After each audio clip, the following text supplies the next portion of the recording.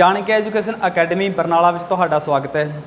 ਕੱਲ ਅਸੀਂ ਪੋਲੀਟੀਕਲ ਦਾ topic fundamental duties ਜਿਹੜਾ ਉਹ ਕੀਤਾ ਸੀਗਾ, ਜੋ ਕਿ ਸੰਵਿਧਾਨ ਦੇ ਪਾਰਟ 4A ਦੇ ਵਿੱਚ ਆਉਂਦਾ ਸੀ। ਅੱਜ ਅਸੀਂ ਸੰਵਿਧਾਨ ਦਾ ਪਾਰਟ 5th ਜਿਹੜਾ ਉਹ ਕਰਨ ਜਾ ਰਹੇ ਹਾਂ।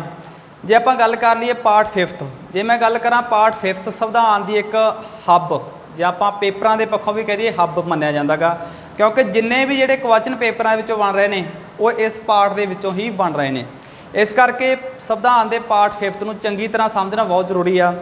ਨਾਲ ਹੀ ਜੇਕਰ ਤੁਸੀਂ ਪਾਰਟ 5th ਨੂੰ ਚੰਗੀ ਤਰ੍ਹਾਂ ਸਮਝ ਲੈਂਦੇ ਹੋ ਤਾਂ ਜਿਹੜਾ ਪਾਰਟ 6th ਆ ਜਿਹੜਾ ਨੈਕਸਟ ਆਏਗਾ ਆਪਣਾ ਸਟੇਟ ਗੌਰਮੈਂਟ, ਉਹ ਤੁਹਾਡੇ ਲਈ ਸਮਝਣਾ ਬਹੁਤ ਈਜ਼ੀ ਹੋ ਜਾਏਗਾ। ਇਸ ਕਰਕੇ ਅੱਜ ਆਪਾਂ ਜਿਹੜਾ ਪਾਰਟ ਕਰਨ ਜਾ ਰਹੇ ਹਾਂ ਉਹ 5th ਆ। ਇਸ ਵਿੱਚ ਜਿਹੜੇ ਆਪਾਂ ਟੌਪਿਕ ਐਕਸਪਲੇਨ ਕਰਨੇ ਨੇ ਅੱਗੇ ਜਾ ਕੇ, ਜਿਵੇਂ president, vice president, Lok Sabha, Rajya Sabha, attorney general of India, CAG, supreme court ਤੇ ਇਹਨਾਂ ਦੇ ਜੱਜਸ ਜਿਹੜੇ ਹੁੰਦੇ ਨੇ, ਤਾਂ ਸਾਰੇ ਜਿਹੜੇ ਟੌਪਿਕ ਹੈ ਜਿਹੜੇ ਆਪਣੇ ਪਾਰਟ 5th ਦੇ ਵਿੱਚ ਆ ਰਹੇ ਨੇ। ਇਸ ਕਰਕੇ ਮੈਂ ਇੱਕ ਬੇਨਤੀ ਕਰਦਾ ਕਿ ਸਾਰਿਆਂ ਨੂੰ ਇਸ ਜਿਹੜੇ ਪਾਰਟ ਨੂੰ 5th ਨੂੰ ਇੱਕ ਚੰਗੇ ਤਰੀਕੇ ਨਾਲ ਫੋਲੋ ਕੀਤਾ ਜਾਵੇ ਅਤੇ ਇਸ ਨੂੰ ਕੰਟੀਨਿਊ ਪੜ੍ਹਿਆ ਜਾਵੇ, ਤਾਂ ਕਿ ਜਿਹੜਾ ਸਾਰੇ ਸਾਨੂੰ ਪੋਲੀਟੀਕਲ ਹੈ ਜਿਹੜੀ ਉਹ ਇੱਥੇ ਹੀ ਟਿਕੀ ਹੋਈ ਹੈ। ਜੇ ਆਪਾਂ ਗੱਲ ਕਰ ਲਈਏ ਤਾਂ ਆਓ ਅੱਜ ਆਪਾਂ ਗੱਲ ਕਰ ਰਹੇ ਹਾਂ ਸਭ ਤੋਂ ਪਹਿਲਾਂ ਜਿਹੜਾ ਪਾਰਟ 5th ਕਿੰਨੇ ਤੋਂ ਕਿੰਨੇ ਤੱਕ ਚੱਲਦਾ ਗਾ, ਠੀਕ ਆ, ਤਾਂ ਜਾਂ ਫਿਰ ਪਾਰਟ 5th ਦੇ ਵਿੱਚ ਕਾਹਦੇ ਨਾਲ ਸੰਬੰਧਿਤ ਆ ਸਾਡਾ ਜਿਹੜਾ ਪਾਰਟ 5th ਆ, ਤਾਂ ਠੀਕ ਆ, ਉਸ ਨੂੰ ਅਸੀਂ ਕਵਰ ਕਰਨ ਜਾ ਰਹੇ ਹਾਂ। ਤਾਂ ਆਓ ਅੱਜ ਆਪਾਂ ਦੇਖਦੇ ਹਾਂ ਪਾਰਟ 5th। ਤਾਂ ਦੇਖੋ ਸਭ ਤੋਂ ਪਹਿਲਾਂ ਕੀ ਹੈਗਾ, ਜਿਸ ਤਰ੍ਹਾਂ ਆਪਾਂ ਹਰ ਇੱਕ ਪਾਰਟ ਨੂੰ ਯਾਦ ਰੱਖਣ ਦੀ ਇੱਕ ਟ੍ਰਿਕਸ ਕਰਦੇ ਹੁੰਦੇ ਹਾਂ, ਤਾਂ ਅੱਜ ਆਪਾਂ ਇਸ ਨੂੰ ਵੀ ਯਾਦ ਰੱਖਣ ਦੀ ਇੱਕ ਟ੍ਰਿਕਸ ਕਰਾਂਗੇ ਵੀ ਜਿਹੜਾ ਪਾਰਟ 5th ਤੁਹਾਨੂੰ ਕਿਸ ਤਰ੍ਹਾਂ ਪਤਾ ਲੱਗੇਗਾ ਕਿ ਕਾਹਦੇ ਨਾਲ ਸੰਬੰਧਿਤ ਆ। ਤਾਂ ਦੇਖੋ ਜਿਹੜਾ ਪਾਰਟ 5th ਕਿੰਨੇ ਤੋਂ ਕਿੰਨੇ ਤੱਕ ਚੱਲਦਾ, ਪਹਿਲਾਂ ਤਾਂ ਸਾਨੂੰ ਇਹ ਯਾਦ ਰੱਖਣਾ ਬਹੁਤ ਜ਼ਰੂਰੀ ਆ, ਕਿਉਂਕਿ ਅਸੀਂ ਸੰਵਿਧਾਨ ਦੇ ਪਿਛਲੇ ਪਾਰਟ ਜੋ ਪੜ੍ਹੇ ਨੇ ਹੁਣ ਤੱਕ, ਠੀਕ ਹੈ। ਤਾਂ ਸਭ ਤੋਂ ਪਹਿਲਾਂ ਆਪਾਂ ਪੜ੍ਹਿਆ ਸੀ ਪਾਰਟ 1 1 ਤੋਂ ਲੈ ਕੇ 4 ਤੱਕ, ਜਿਹੜਾ ਚੱਲਦਾ ਸੀਗਾ 1 ਤੋਂ ਲੈ ਕੇ 4 ਤੱਕ। ਕੀ ਸੀਗਾ, ਜਿਹੜੇ ਸਾਡੇ ਸਟੇਟ ਐਂਡ ਡਿਊਟੀਆਂ ਬਾਰੇ। ਜਿਹੜਾ ਪਾਰਟ 2 ਸੀ ਉਹ ਕਿੰਨੇ ਤੋਂ ਕਿੰਨੇ ਤੱਕ ਸੀ, 5 ਤੋਂ ਲੈ ਕੇ 11 ਤੱਕ। ਤਾਂ ਜਿਹੜਾ ਸੀ ਸਾਡੇ ਸਿਟੀਜ਼ਨ ਨਾਲ ਸੰਬੰਧਿਤ। ਪਾਰਟ 3 ਸੀ ਆਪਣਾ 12 ਤੋਂ ਲੈ ਕੇ 35 ਤੱਕ, ਕਾਹਦੇ ਨਾਲ ਸੰਬੰਧਿਤ ਸੀ, ਸਾਡਾ ਫੰਡਾਮੈਂਟਲ ਰਾਈਟਸ, ਜਿਹੜੇ ਸਾਡੇ ਮੌਲਿਕ ਅਧਿਕਾਰ ਸੀ। ਤੇ ਪਾਰਟ ਜਿਹੜਾ ਆਪਾਂ 4th ਕੀਤਾ ਸੀਗਾ 37 ਤੋਂ ਲੈ ਕੇ 51 ਤੱਕ, ਕੀ ਸੀਗਾ ਸੀ ਸਾਡੇ DPSP, director principal of state policy ਨਾਲ ਸੰਬੰਧਿਤ ਸੀ। ਤੇ ਉਸ ਤੋਂ ਬਾਅਦ ਆਪਾਂ ਇੱਕ ਪਾਰਟ ਕੀਤਾ ਸੀਗਾ 4A, ਉਸ ਤੋਂ ਬਾਅਦ ਆਪਾਂ ਪਾਰਟ ਕੀਤਾ ਸੀਗਾ 4A। ਜਿਹੜਾ 4A ਪਾਰਟ ਸੀਗਾ ਉਹਦੇ ਵਿੱਚ ਸਿਰਫ ਇੱਕ ਹੀ ਆਰਟੀਕਲ ਆਇਆ ਸੀ 51A। ਇੱਥੋਂ ਤੱਕ ਜਿਹੜਾ ਆਪਾਂ ਪਿੱਛੇ ਵੀਡੀਓ ਦੇ ਵਿੱਚ ਕਵਰ ਕਰ ਚੁੱਕੇ ਹਾਂ, ਤੇ ਇਹਨਾਂ ਨੂੰ ਚੰਗੀ ਤਰ੍ਹਾਂ ਪਹਿਲਾਂ ਸਮਝਣਾ ਜ਼ਰੂਰੀ ਆ। ਚੰਗੀ ਤਰ੍ਹਾਂ ਜਾ ਕੇ ਉਹ ਵੀਡੀਓ ਜਿਹੜੀਆਂ ਉਹ ਦੇਖੀਆਂ ਜਾਣ, ਤਾਂ ਤੁਹਾਨੂੰ ਅੱਗੇ ਜਿਹੜਾ ਉਹ ਸਮਝ ਆਵੇਗਾ। ਤੇ ਅੱਜ ਆਪਾਂ ਕਰ ਰਹੇ ਹਾਂ, ਦੇਖੋ 51A ਤੋਂ ਜਿਹੜਾ ਖਤਮ ਹੋਣ ਤੋਂ ਬਾਅਦ ਕੀ ਚੱਲਿਆ ਆਪਣਾ ਪਾਰਟ 52 ਤੋਂ ਲੈ ਕੇ 151 ਤੱਕ। ਪਹਿਲਾਂ ਤੁਹਾਨੂੰ ਜਾਣਨਾ ਜ਼ਰੂਰੀ ਆ ਵੀ ਜਿਹੜਾ ਸੰਵਿਧਾਨ ਦਾ 5ਵਾਂ ਭਾਗ ਆ ਉਹ ਕਿੰਨੇ ਤੋਂ ਕਿੰਨੇ ਤੱਕ ਜਿਹੜੇ ਇਹਦੇ ਅੰਡਰ ਆਰਟੀਕਲ ਆਉਂਦੇ ਨੇ। ਤਾਂ ਇਹ ਹੈਗਾ ਜੀ 52 ਤੋਂ ਲੈ ਕੇ 151 ਤੱਕ। ਨੰਬਰ 2 ਤੇ ਆਪਾਂ ਯਾਦ ਰੱਖਦੇ ਹਾਂ ਕਿ ਜਿਹੜਾ ਪਾਰਟ ਦਾ ਸੰਬੰਧ ਕਿਸ ਚੀਜ਼ ਨਾਲ ਆ, ਤੇ ਹੈਗਾ ਯੂਨੀਅਨ ਐਗਜ਼ੀਕਿਊਟਿਵ। ਕਹਿਣ ਦਾ ਭਾਵ ਕੇਂਦਰ ਦੀ ਕਾਰਜਪਾਲਿਕਾ, ਜੇ ਆਪਾਂ ਸੈਂਟਰ ਦੀ ਕਾਰਜਪਾਲਿਕਾ ਕਹਿ ਦਈਏ। ਤਾਂ ਭਾਗ 5 ਨੂੰ ਆਪਾਂ ਯਾਦ ਕਿਵੇਂ ਰੱਖਾਂਗੇ, ਇੰਡੀਆ। ਦੇਖੋ ਇੰਡੀਆ, ਇੰਡੀਆ ਕਿੰਨੇ ਅੱਖਰਾਂ 'ਚ ਪੈਂਦਾ ਜੀ, 5 ਅੱਖਰਾਂ ਦੇ ਵਿੱਚ। ਇੰਡੀਅਨ ਗੌਰਮੈਂਟ ਬਾਰੇ ਪੜਾਂਗੇ, ਜਿਹੜੀ ਸੈਂਟਰ ਵਾਲੀ ਆਪਾਂ ਕਿਹਦੇ ਬਾਰੇ ਪੜਾਂਗੇ, ਆਪਾਂ ਇੰਡੀਅਨ ਗੌਰਮੈਂਟ ਜਿਹੜੀ ਸੈਂਟਰ ਦੀ ਆ, ਸੈਂਟਰ ਦੇ ਵਿੱਚ ਜਿਹੜੀ ਸਾਡੀ ਗੌਰਮੈਂਟ ਆ ਉਹਦੇ ਬਾਰੇ ਆਪਾਂ ਅੱਜ ਗੱਲਬਾਤ ਕਰਾਂਗੇ। ਤਾਂ ਸਭ ਤੋਂ ਪਹਿਲਾਂ ਆਪਾਂ ਜੇ ਆਪਾਂ ਗੱਲ ਕਰੀਏ ਪ੍ਰੈਜ਼ੀਡੈਂਟ ਦੇ ਆਰਟੀਕਲ, ਜਿਹੜੇ ਫੇਮਸ ਆਰਟੀਕਲ ਆ ਜਿਹੜੇ ਪੇਪਰਾਂ ਦੇ ਵਿੱਚ ਕਈ ਵਾਰ ਪੁੱਟ ਕੀਤੇ ਜਾਂਦੇ ਆ, ਤਾਂ ਇਹਨਾਂ ਨੂੰ ਯਾਦ ਰੱਖਣ ਲਈ ਆਪਾਂ ਇੱਕ ਟ੍ਰਿਕ ਲੈ ਕੇ ਆਏ ਤੁਹਾਡੇ ਸਾਹਮਣੇ। ਉਹ ਟ੍ਰਿਕ ਕੀ ਹੈ, ਦੇਖੋ ਜੀ, ਪਕਾਨੀ ਕੋਕਾ ਦੁਆ ਦਸਮ, ਠੀਕ ਹੈ, ਪਕਾਨੀ ਕੋਕਾ ਦੁਆ ਦਸਮ, ਠੀਕ ਹੈ। ਇਹਨੂੰ ਇਸ ਤਰ੍ਹਾਂ ਹੀ ਤੁਸੀਂ ਯਾਦ ਰੱਖੋਗੇ, ਇਸ ਤਰ੍ਹਾਂ ਹੀ ਆਪਣੀ ਨੋਟਬੁੱਕ 'ਤੇ ਇਸ ਨੂੰ ਰਾਈਟ ਕਰੋਗੇ, ਤਾਂ ਇਸ ਤੋਂ ਤੁਹਾਡੇ ਜਿਹੜੇ ਆਰਟੀਕਲ ਜਿਹਦੇ ਯਾਦ ਰੱਖਣੇ ਉਹ ਜ਼ਿਆਦਾ ਸੌਖੇ ਹੋ ਜਾਣਗੇ। ਤਾਂ ਸਭ ਤੋਂ ਪਹਿਲਾਂ ਦੇਖੋ ਜੀ 52 ਤੋਂ ਲੈ ਕੇ 62 ਤੱਕ ਇਹਦੀ ਜਿਹੜਾ ਆਪਣਾ ਆਰਟੀਕਲ ਨੇ ਰਾਸ਼ਟਰਪਤੀ ਨਾਲ ਸੰਬੰਧਿਤ। ਕਿੰਨੇ ਤੋਂ ਲੈ ਕੇ ਜੀ, 52 ਤੋਂ ਲੈ ਕੇ 62 ਤੱਕ। ਤਾਂ ਇਹਨਾਂ ਨੂੰ ਆਪਾਂ ਐਕਸਪਲੇਨ ਕਰਾਂਗੇ ਟਰਨ ਵਾਈਜ਼। ਤਾਂ ਸਭ ਤੋਂ ਪਹਿਲਾਂ ਦੇਖੋ ਆਪਾਂ ਕਿਵੇਂ ਇਹਨਾਂ ਨੂੰ ਯਾਦ ਰੱਖਣੇ ਆ। ਸਭ ਤੋਂ ਪਹਿਲਾਂ ਜਿਵੇਂ ਪੱਪੇ ਤੇ ਇਹਦੀ ਕੀ ਆ ਰਹੇ, ਜਿੱਥੇ ਪਦਵੀ। ਪਦਵੀ ਤੋਂ ਭਾਵ ਕੀ ਆ ਵੀ 52 ਆਰਟੀਕਲ ਦੇ ਵਿੱਚ 52 ਆਰਟੀਕਲ ਦੇ ਵਿੱਚ ਕੀ ਕਿਹਾ ਗਿਆ ਕਿ ਸਾਡੇ ਦੇਸ਼ ਦਾ ਇੱਕ ਰਾਸ਼ਟਰਪਤੀ ਹੋਵੇਗਾ, ਠੀਕ ਹੈ। ਇਹ ਗੱਲ ਕਿਹੜੇ ਆਰਟੀਕਲ ਦੇ ਵਿੱਚ ਕਹੀ ਗਈ ਆ, 52 ਦੇ ਵਿੱਚ ਜੀ। ਨੈਕਸਟ ਗੱਲ ਕੀਤੀ ਗਈ ਆ ਆਪਣਾ ਕੱਕੇ ਨੂੰ ਕੰਨਾ, ਠੀਕ ਆ, ਪਕਾਨੀ, ਇੱਥੇ ਕੱਕੇ ਕੰਨਾ, ਸੌਰੀ ਕੱਕੇ ਕੰਨਾ ਕਰ ਲਓ, ਪਕਾਨੀ। ਇਹ ਤੋਂ ਬਾਅਦ ਇਹਦੇ ਵਿੱਚ ਕੀ ਕੀਤਾ ਗਿਆ, ਗੱਲ ਇਹਦੇ ਵਿੱਚ ਕੀਤੀ ਗਈ ਆ ਵੀ ਕਾਰਜਪਾਲਿਕਾ ਦਾ ਜਿਹੜਾ ਇਹ ਹੈੱਡ ਆ, ਕਿਉਂਕਿ ਜਿਹੜਾ ਸਾਨੂੰ ਅੱਜ ਆਪਾਂ ਗੱਲ ਕਰ ਲਈਏ ਤਾਂ ਐਗਜ਼ੀਕਿਊਟਿਵ ਹੈੱਡ ਆਫ, ਠੀਕ ਆ, ਸਟੇਟ ਜਾਂ ਇਹਨੂੰ ਆਪਾਂ ਇੰਡੀਆ ਕਹਿ ਦਿੰਦੇ ਆ, ਤਾਂ ਕੌਣ ਆ ਜੀ, ਉਹ ਸਾਡਾ ਰਾਸ਼ਟਰਪਤੀ। ਕਿਉਂਕਿ ਜਿਹੜਾ ਇਹ ਨਾਮ ਮਾਤਰ ਕਾਰਜਪਾਲਿਕਾ ਦਾ ਮੁਖੀ ਹੁੰਦਾ। ਆਪਾਂ ਜਿਵੇਂ ਸੁਣਦੇ ਹਾਂ ਵੀ ਰਾਸ਼ਟਰਪਤੀ ਇੱਕ ਰਬੜ ਦੀ ਮੋਹਰ ਆ, कि अपने काम अपनी मर्जी नाल नहीं करता, ठीक है। ये अपने ਜਿਹੜੇ ਕੰਮ ਕਰਦਾ ਉਹ ਮੰਤਰੀ परिषद की सलाह नाल करदा गा। ਤਾਂ ਇਹ ਕਹਿਣ ਦਾ ਭਾਵ ਜੇ ਕਾਰਜਪਾਲਕ ਦਾ ਹੈੱਡ ਆਉਂਦਾ ਤੁਹਾਨੂੰ ਇੱਥੇ ਤਾਂ ਆਪਾਂ ਕੌਣ ਲਾਵਾਂਗੇ, ਪ੍ਰੈਜ਼ੀਡੈਂਟ, ਤਾਂ ਪ੍ਰੈਜ਼ੀਡੈਂਟ ਲਾਵਾਂਗੇ, ਠੀਕ ਹੈ। ਦੇਸ਼ ਦਾ ਮੁਖੀਆ ਕੌਣ ਲਾਵਾਂਗੇ ਆਪਾਂ, ਪ੍ਰੈਜ਼ੀਡੈਂਟ। ਬਟ ਜੇ ਸਰਕਾਰ ਦਾ ਮੁਖੀਆ ਆਉਂਦਾ, ਜੇਕਰ ਗੱਲ ਕੀਤੀ ਜਾਂਦੀ ਆ ਸਰਕਾਰ ਦਾ ਮੁਖੀਆ ਕੌਣ ਆ, ਫਿਰ ਆਪਾਂ ਲਾਵਾਂਗੇ ਪੀਐਮ, ਪ੍ਰਾਈਮ ਮਿਨਿਸਟਰ, ਠੀਕ ਹੈ। ਤਾਂ ਇਹ ਹੈਗਾ ਸੀਗਾ ਆਪਣਾ ਕਾਰਜਪਾਲਕਾ ਦਾ ਹੈੱਡ। ਨੰਨੇ ਸਿਹਾਰੀ ਤੇ ਜਿਹੜਾ ਅਗਲਾ ਜਿਹੜਾ ਗੱਲ ਕਰ ਰਹੇ ਆਪਾਂ ਨਿਰਵਾਚਨ ਇਹਦੀ ਹੈਗੀ ਚੋਣ, ਠੀਕ ਹੈ। ਕਿਹੜੇ ਆਰਟੀਕਲ ਦੇ ਵਿੱਚ ਇਹਦੀ ਜਿਹੜੀ ਚੋਣ ਦੀ ਗੱਲ ਕੀਤੀ ਗਿਆ, ਮੋਸਟ ਇੰਪੋਰਟੈਂਟ ਆਰਟੀਕਲ ਆ, ਕਈ ਵਾਰ ਪੇਪਰ 'ਚ ਪੁੱਟ ਕੀਤਾ ਗਿਆ ਵੀ ਰਾਸ਼ਟਰਪਤੀ ਦੀ ਚੋਣ ਦਾ ਵਰਣਨ ਕਿਹੜੇ ਆਰਟੀਕਲ ਦੇ ਵਿੱਚ ਆਉਂਦਾ, ਤਾਂ 54 ਦੇ ਵਿੱਚ ਆ ਰਿਹਾ। ਤਾਂ ਸਾਰਿਆਂ ਲਈ ਯਾਦ ਰੱਖਣਾ ਬਹੁਤ ਜ਼ਰੂਰੀ ਹੈ ਜੀ। ਨੈਕਸਟ ਹੈਗਾ 55 ਕੋਟਾ, ਚੱਕੇ ਨੂੰ ਥੋੜਾ ਕੋਟਾ, ਇਹਦੇ ਕੀ ਆਏਗਾ, ਚੋਣ ਪ੍ਰਣਾਲੀ ਦਾ ਜਿਹੜਾ ਇਹਦਾ ਕੋਟਾ ਆਏਗਾ, ਠੀਕ ਹੈ। ਆਪਾਂ ਨੂੰ ਅੱਗੇ ਜਾ ਕੇ ਡਿਫਾਈਨ ਕਰਨ ਦੀ ਲੋੜ ਨਹੀਂ ਵੀ ਚੋਣ ਪ੍ਰਣਾਲੀ ਇਹਦੀ ਕਿਸ ਤਰ੍ਹਾਂ ਆਉਂਦੀ ਆ, ਠੀਕ ਹੈ। ਤਾਂ ਆਪਾਂ ਅੱਗੇ ਜਾ ਕੇ ਕਰਾਂਗੇ। ਤਾਂ ਜਿਹੜਾ ਚੋਣ ਪ੍ਰਣਾਲੀ ਦਾ ਕੋਟਾ ਕਿਹੜੇ ਆਰਟੀਕਲ ਦੇ ਵਿੱਚ ਆਉਂਦਾ ਜੀ, 55 ਦੇ ਵਿੱਚ, ਕਾਫੀ ਇੰਪੋਰਟੈਂਟ ਆ ਜੀ। ਨੈਕਸਟ ਜਿਹੜਾ ਕੱਕੇ ਨੂੰ ਕੰਨਾ ਆ ਗਿਆ, ਫਿਰ ਇਹਦੇ ਕੀ ਆਏਗਾ, ਇਹਦਾ ਕਾਰਜਕਾਲ। ਦੇਖੋ ਜੀ ਇਹ ਤੇ ਆਏਗਾ ਕਾਰਜਕਾਲ, ਵੀ ਇਹਦੀ ਟਰਮ ਕਿੰਨੀ ਆ, ਇਹਦੀ ਜਿਹੜੀ ਟਰਮ ਆ ਉਹ ਅਕਸਰ 5 ਸਾਲ ਦੀ ਹੁੰਦੀ ਆ, ਜਿਹੜੀ ਕਿ ਫਿਕਸ ਹੁੰਦੀ ਆ। ਤਾਂ ਉਹ ਕਿਹੜੇ ਆਰਟੀਕਲ ਦੇ ਵਿੱਚ ਗੱਲ ਕੀਤੀ ਗਿਆ, ਆਪਣਾ 56 ਦੇ ਵਿੱਚ। ਤਾਂ ਇੱਥੋਂ ਇੱਕ ਤੁਹਾਡੇ ਮਾਈਂਡ ਦੇ ਵਿੱਚ ਆ ਰਿਹਾ ਵੀ ਕੱਕੇ ਨੂੰ ਕਰਨਾ 2 ਵਾਰੀ ਆ ਰਿਹਾ। ਦੇਖੋ ਕੱਕੇ ਨੂੰ ਕਰਨਾ 2 ਵਾਰੀ ਆ ਰਿਹਾ, ਤੁਸੀਂ ਹਮੇਸ਼ਾ ਯਾਦ ਰੱਖਣਾ ਰਾਸ਼ਟਰਪਤੀ ਅਤੇ ਉਪ ਰਾਸ਼ਟਰਪਤੀ ਦੇ ਵਿੱਚ, ਠੀਕ ਹੈ। ਆਪਾਂ ਦੋਨਾਂ ਦੇ ਵਿੱਚ ਟ੍ਰਿਕਸ ਕਰਾਂਗੇ। ਤਾਂ ਇਹਦੇ ਵਿੱਚ ਪਹਿਲੇ ਕੱਕੇ ਤੇ ਕਰਨਾ ਤੁਸੀਂ ਕਾਰਜਕਾਲ ਨਹੀਂ ਲਾਓਗੇ, ਪਹਿਲੇ ਤੇ ਇੱਥੇ ਕਾਰਜਪਾਲਕਾ ਦਾ ਇਹ ਪ੍ਰਧਾਨ ਆਏਗਾ। ਜਦੋਂ ਆਪਾਂ ਉਪ ਰਾਸ਼ਟਰਪਤੀ ਪੜਾਂਗੇ ਉੱਥੇ ਕੀ ਆਏਗਾ, ਉੱਥੇ ਆਏਗਾ ਕਾਰਜਵਾਹਕ। ਤਾਂ ਦੂਜੇ ਕੱਕੇ ਕੰਨੇ ਤੇ ਆ ਕੇ ਕਾਰਜਕਾਲ ਆਏਗਾ, ਇੱਧਰ ਵੀ ਦੂਜੇ ਤੇ ਆ, ਤੇ ਵਾਈਸ ਪ੍ਰੈਜ਼ੀਡੈਂਟ ਦੇ ਵਿੱਚ ਵੀ ਦੂਜੇ ਤੇ ਆਏਗਾ। ਇਸ ਕਰਕੇ ਇਹ ਗੱਲ ਇੱਥੇ ਤੱਕ ਤੁਸੀਂ ਯਾਦ ਰੱਖਣਾ ਜੀ। ਨੈਕਸਟ ਚੱਲਦੇ ਹਾਂ ਆਪਾਂ ਅੱਗੇ। ਦੇਖੋ ਜੀ ਅੱਗੇ ਜਿਹੜਾ ਆ ਗਿਆ ਗਾ ਆਰਟੀਕਲ ਆਪਣਾ 57, ਠੀਕ ਹੈ। 57 ਦੇ ਵਿੱਚ ਕੀ ਆ ਗਿਆ, ਇਹਦੇ ਵਿੱਚ ਹੁੰਦਾ ਜਦੋਂ ਆਪਣਾ ਰਾਸ਼ਟਰਪਤੀ ਦੁਬਾਰਾ ਚੁਣਿਆ ਜਾਂਦਾ ਗਾ। ਕਿਉਂਕਿ ਜੇ ਆਪਾਂ ਗੱਲ ਕਰ ਲਈਏ ਇੰਡੀਆ ਦੇ ਵਿੱਚ ਕੋਈ ਰੋਕ ਨਹੀਂ ਹੈਗੀ ਵੀ ਰਾਸ਼ਟਰਪਤੀ ਸਿਰਫ 2 ਵਾਰ ਬਣੇਗਾ, 3 ਵਾਰ ਬਣੇਗਾ, 4 ਵਾਰ ਬਣੇਗਾ, ਇਸ 'ਤੇ ਕੋਈ ਪਾਬੰਦੀ ਨਹੀਂ ਹੈਗੀ। ਚਾਹੇ ਆਪਣਾ ਇੱਕ ਪਰਸਨ ਸੇਮ ਉਹ 5 ਵਾਰੀ ਬਣ ਜੇ, 10 ਵਾਰ ਬਣ ਜੇ, ਕਿੰਨੇ ਵਾਰ ਮਰਜ਼ੀ ਬਣ ਜੇ, ਕੋਈ ਰੋਕ ਨਹੀਂ ਹੈਗੀ। ਪਰ ਦੂਜੇ ਪਾਸੇ ਜਿਹੜਾ ਸਾਡਾ USA ਆ, ਅਮਰੀਕਾ, ਉੱਥੇ ਕੀ ਹੈਗਾ, ਉੱਥੇ ਇੱਕ ਰਾਸ਼ਟਰਪਤੀ ਵੱਧ ਤੋਂ ਵੱਧ 2 ਵਾਰ ਬਣ ਸਕਦਾ, ਤੇ ਉੱਥੇ ਉਹਦਾ ਕਾਰਜਕਾਲ ਵੀ ਕਿੰਨਾ ਹੁੰਦਾ ਜੀ, 4 ਸਾਲ ਦਾ। ਇਸ ਕਰਕੇ ਜਦੋਂ ਆਪਣਾ ਰਾਸ਼ਟਰਪਤੀ ਦੁਬਾਰਾ ਜਿਹੜੀ ਇਹਦੀ ਨਿਯੁਕਤੀ ਹੁੰਦੀ ਆ ਤਾਂ ਕਿਹੜੇ ਆਰਟੀਕਲ ਦੇ ਵਿੱਚ ਹੁੰਦੀ ਆ, 57 ਦੇ ਅੰਡਰ, ਠੀਕ ਆ। 57 ਦੇ ਵਿੱਚ ਤਦੇ ਔਂਕੜ ਕੀ ਆ ਗਿਆ ਜੀ, ਦੁਬਾਰਾ ਨਿਯੁਕਤੀ। ਨੈਕਸਟ ਆਪਾਂ ਗੱਲ ਕਰਦੇ ਹਾਂ 58 ਆਰਟੀਕਲ ਦੇ ਵਿੱਚ ਕੀ ਆ ਰਿਹਾ, 58 ਦੇ ਵਿੱਚ ਇਸ ਦੀ ਕੀ ਆ ਰਹੀ ਆ, ਯੋਗਤਾ। ਇੱਧਰ ਆਪਾਂ ਕੀਤੀ ਸੀ ਜੀਏ ਤੇ ਕੀ ਆ ਰਹੀ ਹੈ ਜੀ, ਯੋਗਤਾ ਵੀ ਯੋਗਤਾ ਕੀ ਆਪਾਂ ਕਰਾਂਗੇ ਇਹਦੇ ਕੁਆਲੀਫਿਕੇਸ਼ਨ ਵੀ ਇਹਦੀ ਏਜ ਇਹਦੀ 35 ਜੀ ਹੋਣੀ ਚਾਹੀਦੀ ਆ, ਟੂ ਵੀ ਕੁਆਲੀਫਾਈਡ ਮੈਂਬਰ ਲੋਕ ਸਭਾ, ਸਿਟੀਜ਼ਨ ਆਫ ਇੰਡੀਆ। ਜਿਹੜੀਆਂ ਇਹਦੇ ਯੋਗਤਾਵਾਂ ਨੇ ਉਹਨਾਂ ਦਾ ਵਰਣਨ ਕਿਹੜੇ ਆਰਟੀਕਲ ਦੇ ਵਿੱਚ ਆ ਗਿਆ ਜੀ, 58 ਦੇ ਵਿੱਚ। 59 ਦੇ ਵਿੱਚ ਦੇਖੋ ਕੀ ਆ ਗਿਆ ਜੀ, ਇਹਦੀ ਦਸ਼ਾ, ਠੀਕ ਹੈ। ਇਹਦੀ ਸਥਿਤੀ ਆ ਜਿਹੜੀ ਉਹ ਕਿਹੜੇ ਆਰਟੀਕਲ ਦੇ ਵਿੱਚ ਆਉਂਦੀ ਆ, ਭਾਰਤੀ ਸੰਵਿਧਾਨ ਦੇ ਵਿੱਚ 59 ਦੇ ਵਿੱਚ ਦਸ਼ਾ ਸਥਿਤੀ ਸ਼ਰਤਾਂ ਕਹਿਣ ਦਾ ਭਾਵ, ਠੀਕ ਹੈ। ਉਹ ਕਿਹੜੇ ਆਰਟੀਕਲ ਦੇ ਵਿੱਚ ਆਉਂਦੀਆਂ, 59 ਦੇ ਵਿੱਚ।